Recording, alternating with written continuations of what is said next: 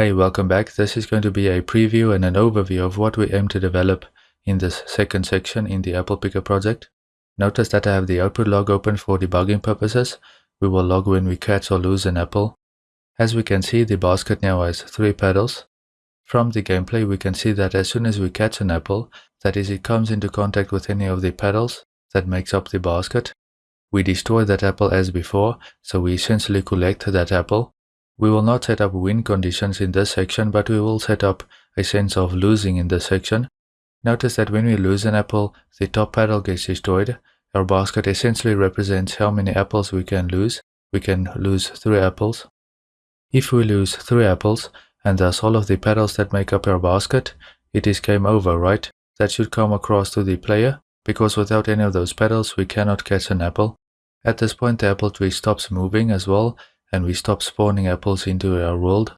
Finally, we destroy all of the apples that are left uncollected in the level without affecting the game scoring or penalties. This seems simple enough, but there's a lot that we have to do in this section, so let's summarize what we'll learn. Alright, in this section we will utilize the A game mode base to keep track of game score and to handle cleanup tasks. From our custom game mode, we will invoke functions on actors to modify the state of those during gameplay. The custom game mode will keep track of the apples lost and collected, so basic scoring, and as I mentioned, we will log those for debugging purposes. When we lose an apple, we will find the first player's pawn and call a member function on that, which will handle the destruction of a petal component, and with that we will have some examples of the T-array and component destruction. Also, when we've lost 3 apples, then we will find the apple tree actor in the world and make sure it stops spawning apples. If we want, we can also make it stop moving and redirecting. Finally, all uncollected apples must also be destroyed without affecting scoring.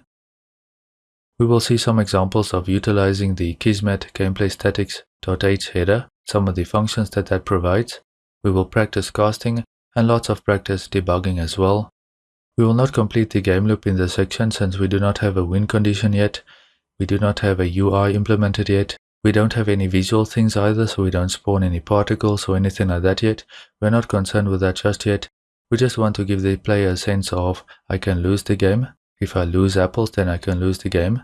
And we will continue developing in upcoming sections.